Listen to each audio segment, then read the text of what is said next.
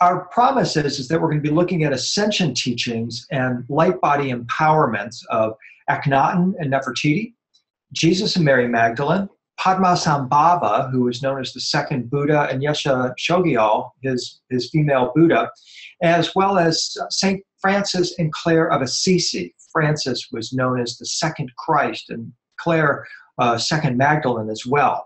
So what we've just done here is something really unique, I think, in Ascension studies, is we've established a timeline, an Ascension timeline that takes us back to approximately 1300 BC, the reign of Akhenaten and Nefertiti, the famed 18th dynasty of Egypt.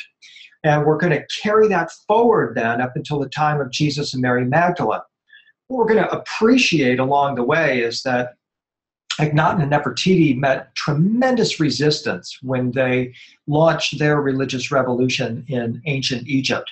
They were met by resistance by the government and by the military. It was just too much of a rapid change at the time.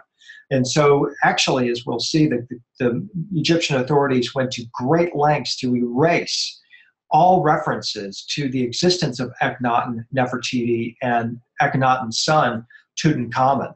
It was quite a dramatic scenario where they were trying to virtually eliminate any knowledge of this person whatsoever. Very extraordinary.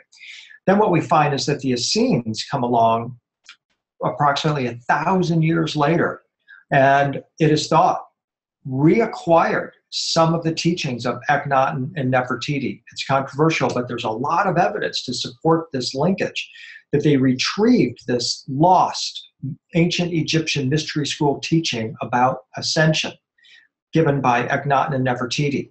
And we all know what happened, of course, with the Jesus Revolution, met also with tremendous resistance. Very critical knowledge that the powers that be, the cabal, if you will, does not want ordinary individuals to have this knowledge. And they've gone to great lengths over these intermittent thousands of years to eliminate these teachings. After the time of Jesus and Mary Magdalene, we're going to jump forward to 800 BC and investigate, explore the story of Padmasambhava, the Indian mystic guru, teacher, who went to Tibet and taught what was known as the rainbow body of light, another ascension teaching. Just 400 years after Padmasambhava, we will find the story of Francis of Assisi, who lived in Italy, who trained with the Cathars of southern France, who maintained that they had reclaimed the lost ascension teachings of Jesus and Mary Magdalene.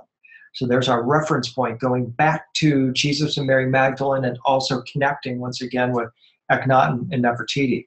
We're going to explore the relationship between Francis and Clare, some of the things that they were doing to attain their ascension. And along the way, we'll cross-reference these four different mystic couples, these immortal couples, if you will, and interlink their teachings and try to come up with a kind of a comprehensive picture, if we can, of what it was that they've been doing all of these centuries and what have they been trying to communicate or transmit through the ages in terms of each individual's ability to attain their own ascension.